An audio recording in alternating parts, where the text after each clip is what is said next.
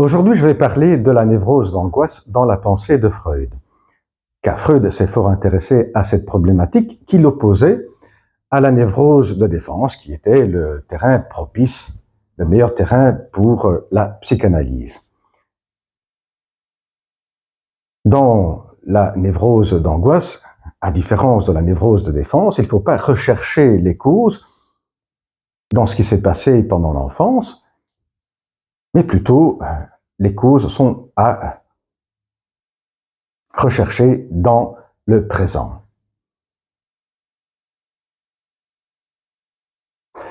Dans un premier temps, je vais exposer le cadre sémiologique comme il a été décrit par Freud. Concrètement, qu'est-ce que le patient va décrire comme souffrance, malaise, pour ensuite donner l'explication que Freud a élaborée. Commençons par le cadre sémiologique qui se compose essentiellement de 4 points. Commençons par le premier, qui est une excitabilité générale très importante, qui se traduit par une hyperesthésie. Qu'est-ce que cela veut dire? Il y a une augmentation de la sensibilité sensorielle. Par exemple, une personne souffrant de névrose d'angoisse va être fort sensible au bruit.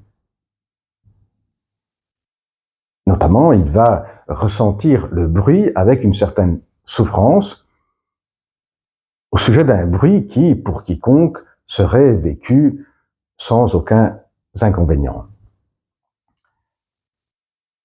Et cette sensibilité, cette hypersensibilité auditive, Freud la retrouve presque chez tous les patients souffrant de névrose d'angoisse, qui peut expliquer également, nous dit Freud, l'insomnie, qui est un symptôme qu'on également retrouve chez la plupart des patients souffrant de névrose d'angoisse.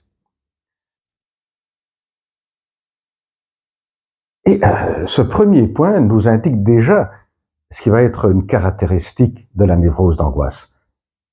Une excitabilité, une tension interne continue très forte. Et là, on voit bien qu'il y a le seuil d'excitabilité qui diminue et qui met le patient face à une surcharge d'excitation, et de tension continue. Voyons maintenant le deuxième point, qui est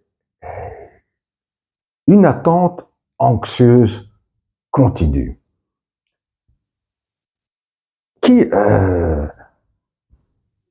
n'attend que le surgissement d'un prétexte pour manifester l'angoisse, l'anxiété.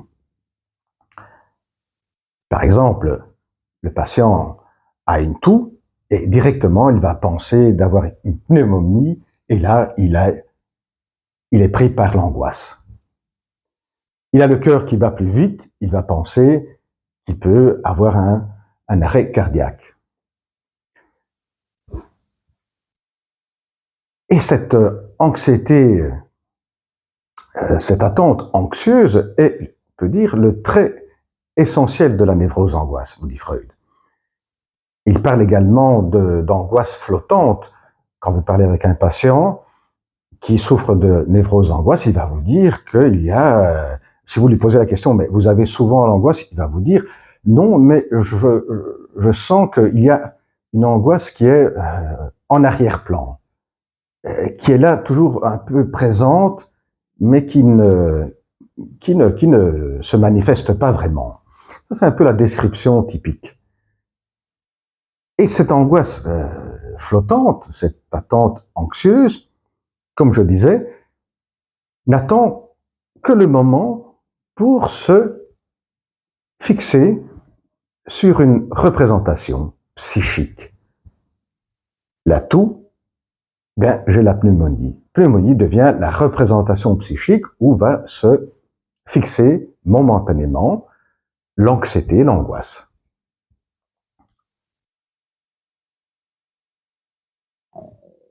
Voyons maintenant le troisième point, qui est des accès d'angoisse. De nos jours, on parlerait de crise d'angoisse, d'attaque de panique. Freud parle d'accès d'angoisse, qui quand se explose chez le patient, bien, le patient ne sait pas mettre une représentation psychique spécifique à cet état-là. Il va plutôt, après coup, parler de sensation d'une mort imminente. Il va parler de la sensation de devenir fou, de sombrer dans la folie, etc. Et pour terminer, voyons le quatrième point, c'est cet accès d'angoisse, ou bien sans accès d'angoisse, sans que le patient sente l'angoisse, il peut ressentir, il peut éprouver des sensations physiques qui le mettent dans un état de mal-être, de souffrance. Par exemple, les muscles qui vont se rigidifier, le cœur qui bat plus vite, sudoration, sensation de vertige, etc. Ce sont des manifestations neurovégétatives. Et donc on voit bien qu'il y a un passage progressif qui peut aller d'une attente, d'une excitabilité générale, d'une attente anxieuse, angoisse flottante, à un accès d'angoisse à ces symptômes neurovégétatifs qui peuvent être accompagnés ou pas d'angoisse.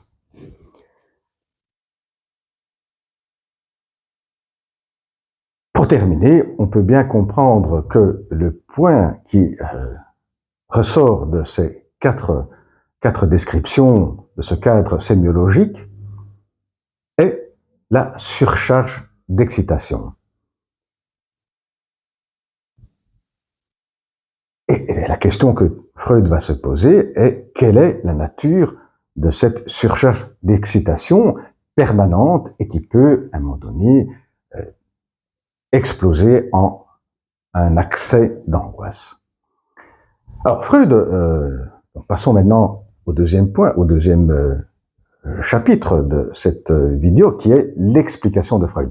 Freud va procéder d'une manière complètement différente qui est celle que Freud assumait en tant que psychanalyste. Il va recevoir une centaine de patients souffrant de névrose d'angoisse et va directement poser des questions. C'est comme s'il avait un questionnaire et il posait des questions et il allait retenir les réponses. Et autour de ces différents recherches que Freud va faire, on peut dire qu'il fait un travail épidémiologique qui est à mesure d'une personne, qui est déjà conséquent, va retenir essentiellement trois points qui sont autour de la sexualité. C'est-à-dire ces patients, ou bien n'ont pas d'activité ou très peu d'activité sexuelle, ou bien ils ont une activité, s'ils ont une activité sexuelle, elle est insatisfaisante, et l'autre c'est il y a très peu de désir sexuel. Il y a très peu d'investissement psychique autour de la sexualité. Voilà en résumé les réponses autour des questions que Freud va poser à ses patients.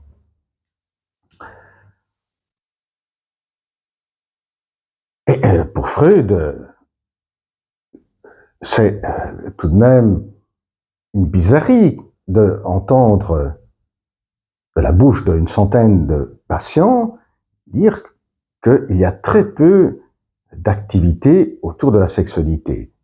Alors, Freud se trouve face à deux aspects. D'un côté, il y a une excitabilité très forte, une excitation, une surcharge d'excitation, de tension très forte et continue chez ces personnes, chez ces patients. Et d'autre part, il y a un investissement psychique autour de la sexualité, ou en tout cas une pratique sexuelle presque absente, alors que pour Freud, pour sa théorie autour du fonctionnement psychique de l'être humain, la tension autour de la sexualité, la tension provoquée par la sexualité est très importante, elle est continue. La pulsion est présente continuellement dans le fonctionnement psychique. Freud arrive donc facilement à trouver une connexion entre cette surcharge d'excitation, l'angoisse, l'attente anxieuse et le manque de représentation psychique autour de la sexualité, le manque de désir sexuel. Il va donc,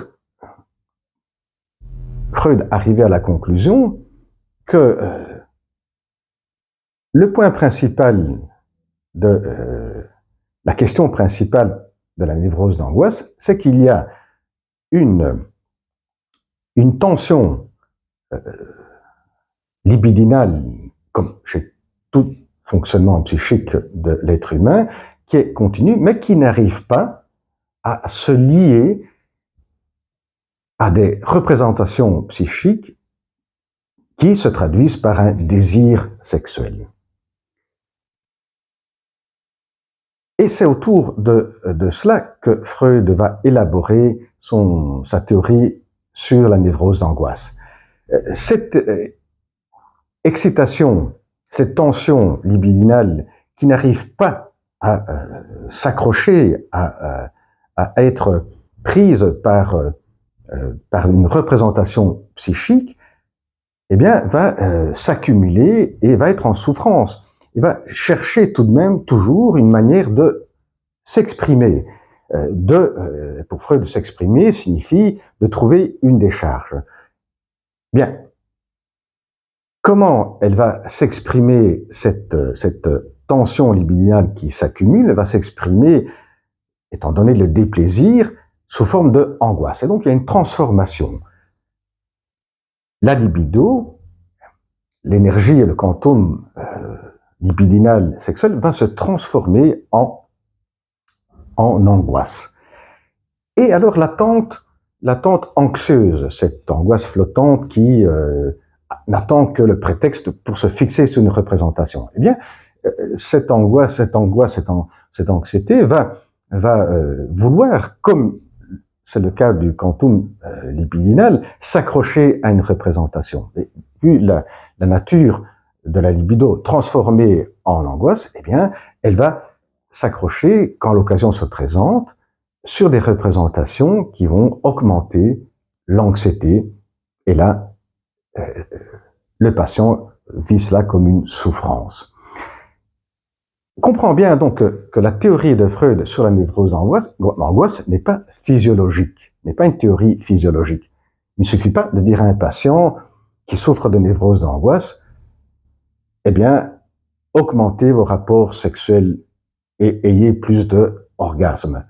Cela ne va pas résoudre la question. La question est plutôt de remettre en route des liaisons entre, et là il peut y avoir un travail analytique tout de même, de remettre en route des liaisons entre la tension, la surcharge d'excitation qui s'accumule à des représentations psychiques sexuelles autour de la sexualité qui vont se traduire par un désir sexuel. Et donc, pour terminer, on comprend que la névrose d'angoisse est d'une part, caractérisée par une augmentation, une surcharge d'excitation, de tension, et d'autre part, par un déficit de liaison entre la libido et le psychisme et les représentations psychiques d'ordre de la sexualité. Et bien voilà, en ce qui concerne la névrose d'angoisse dans la pensée de Freud. À la prochaine vidéo. Au revoir.